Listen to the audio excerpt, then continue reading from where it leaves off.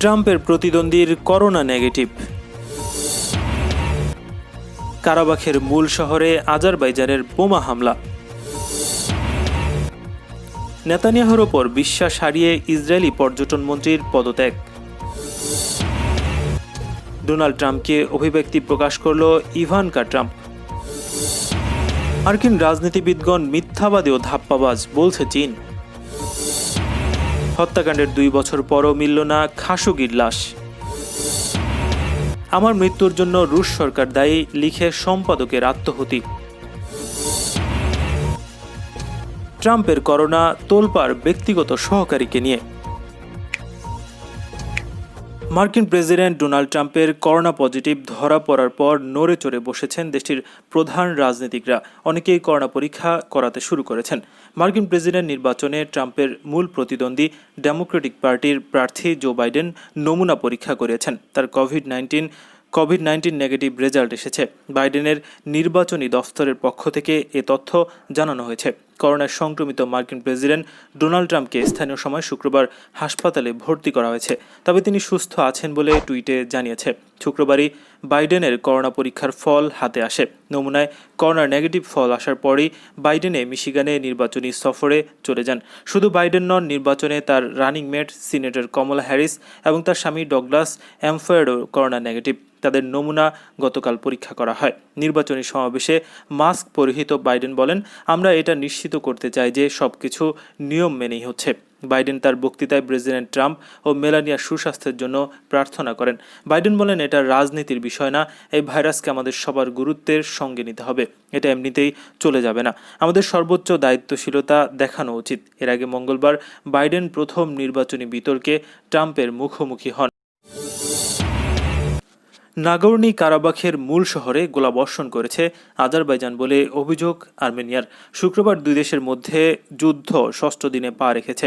দিনভর বিক্ষিপ্ত গোলাবর্ষণের পর কারাবাখের প্রধান শহর স্টেনপার্কাটে সন্ধ্যায় ভারী বোমা বর্ষণ করা হয়েছে। এতে স্থানীয় বাসিন্দারা বিভিন্ন আশ্রয় কেন্দ্রে চলে যান, কেউ কেউ শহর ছেড়ে পালিয়ে গেছেন। বার্তা সংস্থা এএফপির খবরে এমন খবর মিলেছে। বিচ্ছিন্নতাবাদী কর্মকর্তা গ্রিগরি মার্টিনসন সাংবাদিকদের বলেন, হামলায় সরকারি ভবন, বাড়িঘর ও অবকাঠামো ক্ষতিগ্রস্ত হয়েছে, কিন্তু শহর খালি করে দেওয়া হয়নি। এখন পর্যন্ত এই যুদ্ধে প্রায় 200 জন নিহত হয়েছে বলে গণমাধ্যমের খবরে বলা হচ্ছে। আর্মেনিয়া বলছে, স্পেনা কোর্টের বহু লোককে আহত করেছে আজারবাইজানি বাহিনী, কিন্তু স্থানীয়রা আতঙ্কিত নন বলে দাবি করেন। পাল্টা হামলার অঙ্গীকার ব্যক্ত করে বিচ্ছিন্নতাবাদী সরকার বলছে, আর্মেনিয়ার সঙ্গে যোগাযোগ রক্ষায় নির্মিত একটি সেতু ধ্বংস করে দিয়েছে আজারবাইজানের অভিযোগ, আর্মেনীয় বাহিনী আমাদের শহর টার্টারে হামলা চালিয়েছে। শুক্রবার 2000-এর বেশি কামানের গোলা নিক্ষেপ করা হয়েছে। আর্মেনিয়ার প্রতিরক্ষা মন্ত্রণালয়ের মুখপাত্র আর্টসন হোবানিসিয়ান বলেন, তাদের বাহিনী প্রায় 550 আজারবাইজানি সেনাকে হত্যা করেছে গত 24 ঘন্টায়। তবে আন্তর্জাতিক মধ্যস্থতাকারীদের সঙ্গে আর্মেনিয়া আলোচনা বসতে আগ্রহ প্রকাশ করলেও আজারবাইজানকে ব্যাপারে খুব একটা সরব দেখা যাচ্ছে না। ইসরায়েলি প্রধানমন্ত্রী বেঞ্জামিন নেতানিয়াহুর ওপর ভরসা হারিয়ে পদত্যাগ করেছেন দেশটির পর্যটন মন্ত্রী আসাফ জামির। শুক্রবার এক টুইটে তিনি এই তথ্য নিজেই নিশ্চিত করেছেন।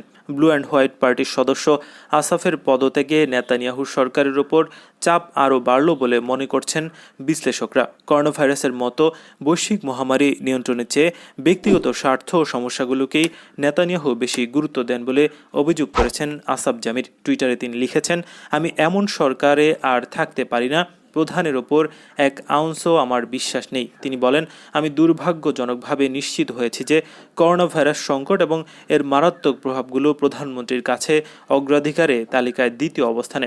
ব্যক্তিগত এবং আইনি সমস্যাগুলোকেই নেতানিয়াহুর কাছে সবচেয়ে গুরুত্বপূর্ণ। ইসরায়েলি প্রধানমন্ত্রীর পদত্যাগের দাবিতে টানা কয়েক মাস ধরে বিক্ষোভ চলছে।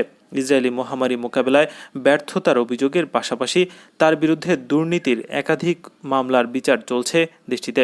নেতানিয়াহুর বিরুদ্ধে ধনী বন্ধুদের কাছ থেকে ইতিবাচক খবর প্রকাশের আশ্বাসে দামি উপহার নেওয়ার অভিযোগ রয়েছে। বিরোধীরা বিষয়টিকে ঘুষ হিসেবে উল্লেখ করছেন, তবে নেতানিয়াহু ও তার দল লিকুদ পার্টি এসব অভিযোগ অস্বীকার করছে। করোনা আক্রান্ত হয়ে হাসপাতালে ভর্তি মার্কিন প্রেসিডেন্ট ডোনাল্ড ট্রাম্পের দ্রুত সুস্থতা কামনা করে টুইটারে পোস্ট দিয়েছেন তার মেয়ে ইভানকা ও ছেলে এরিক। বিবিসির এক খবরে এমন তথ্য জানা গেছে। ট্রাম্প বর্তমানে Walter read national military medical সেন্টারে ভর্তি হয়েছেন। হোয়াইট হাউস বলছে করোনা সংক্রমিত হওয়ায় কয়েকদিন হাসপাতালে কাটাতে হবে প্রেসিডেন্ট ট্রাম্পকে। তার চিকিৎসায় পরীক্ষামূলক ঔষধ ব্যবহার করছেন চিকিৎসকরা। ইভানকা টুইটে জানান, আপনি যোদ্ধা এবং একে পরাস্ত করবেন, আমি তোমাকে ভালোবাসি বাবা। টুইটে এক ভিডিও বার্তা জুড়েও দিয়েছেন ইভানকা। ওই ভিডিও বার্তাটি হাসপাতালে যাওয়ার আগে রেকর্ড করেন ট্রাম্প। এদিকে টুইটারে পোস্ট করা একটি ভিডিওতে ট্রাম্প বলেন, আমার মনে হচ্ছে আমি খুব ভালো আছি, তবে আসলেই সবকিছু ঠিকঠাক আছে কিনা তা নিশ্চিত হতে কিছু পরীক্ষা করতে হবে। ফার্স্ট লেডিও খুব ভালো আছেন, আপনাদের অসংখ্য ধন্যবাদ। ট্রাম্পকে ওল্ডার রিড হাসপাতালের প্রেসিডেন্সিয়াল স্যুটে ভর্তি করা হয়েছে। সতর্কতামূলক ব্যবস্থা হিসেবে আগামী কয়েকদিন ট্রাম্প সেখানে থেকেই নিজ দায়িত্ব পালন করবেন বলে জানান তার প্রেস সচিব কেইলি ম্যাকেনেনি। যুক্তরাষ্ট্রের প্রেসিডেন্টের বার্ষিক চেক আপের জন্য এই স্যুট রাখা হয়।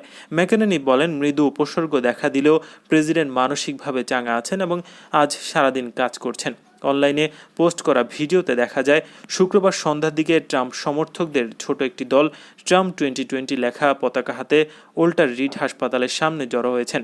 তাদের বেশিরভাগের মুখেই মাস্ক নেই। লাখো কন্যা শিশুকে হত্যায় ওয়াশিংটন, জাতিসংঘের বিভিন্ন সংস্থা ও বেজিংকে দায়ী করার পর যুক্তরাষ্ট্রের বিরুদ্ধে মনগড়া মিথ্যা বলার অভিযোগ তুলেছে চীন। এছাড়া যুক্তরাষ্ট্রের ফের বিশ্বকে জঙ্গলের যুগে নিয়ে যাওয়ার চেষ্টা করছে বলেও চীনের অভিযোগ। বার্তা সংস্থা রয়টার্সের খবরে এমন তথ্য মিলেছে। চীন বলছে যুক্তরাষ্ট্র সময় স্রোতের বিপরীতে চলছে। তারা বর্তমান আন্তর্জাতিক শৃঙ্খলা ধ্বংস করে দিচ্ছে। তারা বিশ্বকে বন্য যুগে ফিরিয়ে নিতে যাচ্ছে। মার্কিন শিক্ষামন্ত্রী বেটসি ডেভস যে অভিযোগ তুলেছে তাতে দুঃখ প্রকাশ করেছে জাতিসংঘের জনসংখ্যা তহবিল। 1995 সালের ঐতিহাসিক নারী সম্মেলনের বার্ষিকী উদযাপনে বৃহস্পতিবার জাতিসংঘের সাধারণ অধিবেশনের বৈঠকে যুক্তরাষ্ট্র এই অভিযোগের কথা জানিয়েছে।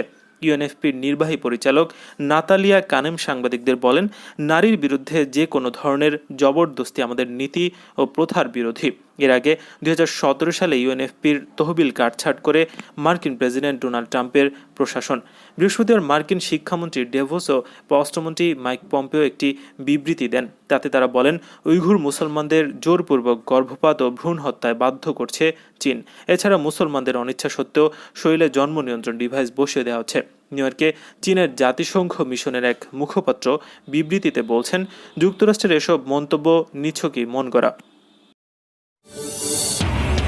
সৌদি আরবের অনুসন্ধানী সাংবাদিক ও রাজ পরিবারের কঠোর সমালোচক হিসেবে পরিচিত জামাল খাশোগিকে হত্যার 2 বছর পার হয়ে গেলেও এখনও পর্যন্ত তার লাশের দেখা মেলেনি।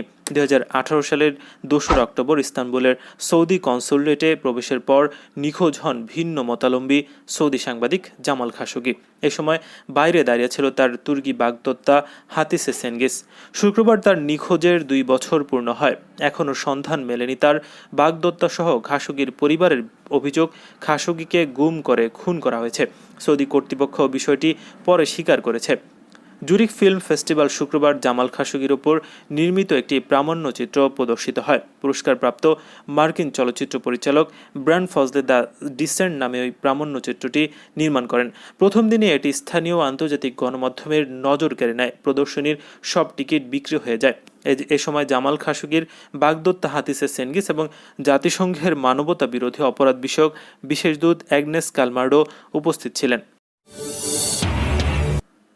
রাশিয়ার নিজনি নোভগরোদ এলাকার স্বরাষ্ট্র মন্ত্রণালয়ের একটি কার্যালয়ের সামনে এসে নিজের শরীরে আগুন ধরিয়ে আত্মহতি দিয়েছেন দেশটির সংবাদ মাধ্যমের একজন সম্পাদক।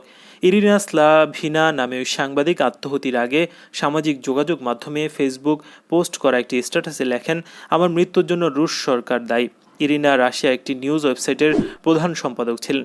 ইতিমধ্যে ছড়িয়ে পড়া একটি ভিডিও ফুটেজে শুক্রবার নিজের শরীরে আগুন ধরিয়ে দিতে দেখা যায় তাকে। এর আগে গত বৃহস্পতিবার এক ফেসবুক পোস্টে তিনি লিখেছেন, আমার মৃত্যুর জন্য রাশিয়ান ফেডারেশন দায়ী। তার বাসায় পুলিশ তল্লাশি চালানোর পর ওই পোস্ট দেন তিনি আরও জানান, গণতন্ত্রপন্থী গ্রুপ ওপেন রাশিয়ার সঙ্গে সংশ্লিষ্ট সরঞ্জাম খোঁজার নামে তার ফ্ল্যাটে তল্লাশি চালিয়েছে পুলিশ। সেখান থেকে তার কম্পিউটার ও বিভিন্ন তথ্য জব্দ করা হয়েছে বলেও জানান তিনি। একই দিন নিজনি নভগোরোড শহরের আরও 6 ব্যক্তির বাড়িতে তল্লাশি চালানো হয়েছে। ওপেন রাশিয়ার বিরুদ্ধে শুরু হওয়া এক তদন্তের অংশ হিসেবে এসব তল্লাশি চালানো হয়। শুক্রবার ছড়িয়ে পড়া একটি ভিডিওতে দেখা গেছে নিজনি নেভগোরোদ শহরের গোর্কি স্টেটের একটি বেঞ্চের ওপর দাঁড়িয়ে নিজের শরীরে আগুন ধরিয়ে দিয়েছেন ইরিনা স্লাভিনা। ওই সড়কে রাশিয়ার স্বরাষ্ট্র মন্ত্রণালয়ের একটি আঞ্চলিক কার্যালয় রয়েছে। ফুটেজে দেখা গেছে আগুন নেভাতে সাহায্য করতে দৌড়ে যাচ্ছেন একজন পুরুষ, তবে তিনি বারবার তাকে ধাক্কা দিয়ে সরিয়ে দেন। কাছের একজন সহকারী হোপ হিক্স করোনাভাইরাস রোগী শনাক্ত হওয়ার পর যুক্তরাষ্ট্রের প্রেসিডেন্ট ডোনাল্ড ট্রাম্প ও ফার্স্ট লেডি কোভিড-19 পজিটিভ শনাক্ত হয়েছেন। কিন্তু হোপ হিক্স বিশেষভাবে পরিচিত কোনো ব্যক্তি নন। প্রেসিডেন্টের উপদেষ্টা 31 বছর বয়সী সাবেক এই মডেল আলোচনার বাইরে থাকতেই পছন্দ করেন। 2017 সালে প্রেসিডেন্টের যোগাযোগ বিষয়ক পরিচালকের পদে নিয়োগ প্রাপ্তির 10 দিনের মাথায় অ্যান্থনি স্কারামুচ্চি বরখাস্ত হলে হোপ হিক্স সেই পদে নিয়োগ পান। রাজনীতিতে তার কোনো পূর্ব অভিজ্ঞতা নেই, কিন্তু এর আগের 5 বছর ধরে ট্রাম্প পরিবারের সঙ্গে তার যোগাযোগ রয়েছে। তবে ডোনাল্ড ট্রাম্পের সঙ্গে তার রাজনৈতিক ক্যারিয়ারের বেশ উত্থান পতন রয়েছে। এর আগে তাকে এক দায়িত্ব থেকে পদত্যাগ করার কিছুদিন পর আবার অন্য দায়িত্বে ফিরে আসতে দেখা গেছে। তাহলে কিভাবে এরকম আলোচনার বাইরে থাকা একজন ব্যক্তি যুক্তরাষ্ট্র সরকারের সবচেয়ে গুরুত্বপূর্ণ চাকরিগুলোর একটিতে নিয়োগ পেলেন? হোপ হিক্সের জনসংযোগ পেশা শুরু করার সময় যেসব প্রতিষ্ঠান তার গ্রাহক ছিল তাদের একটি ইভাঙ্কা ট্রাম্পের ফ্যাশন কোম্পানি। রাল্ফ লরেন পোশাকের মডেলিংয়ের পাশাপাশি ইভাঙ্কাস কাপড় চোপড়ের মডেল হিসেবেও তিনি কাজ করছেন। বড় মেয়ের সঙ্গে কাজ করার কারণে একসময় তিনি মার্কিন প্রেসিডেন্টের নজরে আসেন। 2014 সালের অক্টোবর মাসে নিজের রিয়েল এস্টেট কোম্পানির জনসংযোগ কাজের জন্য ব্যক্তিগতভাবে তাকে বেছে নেন ডোনাল্ড ট্রাম্প।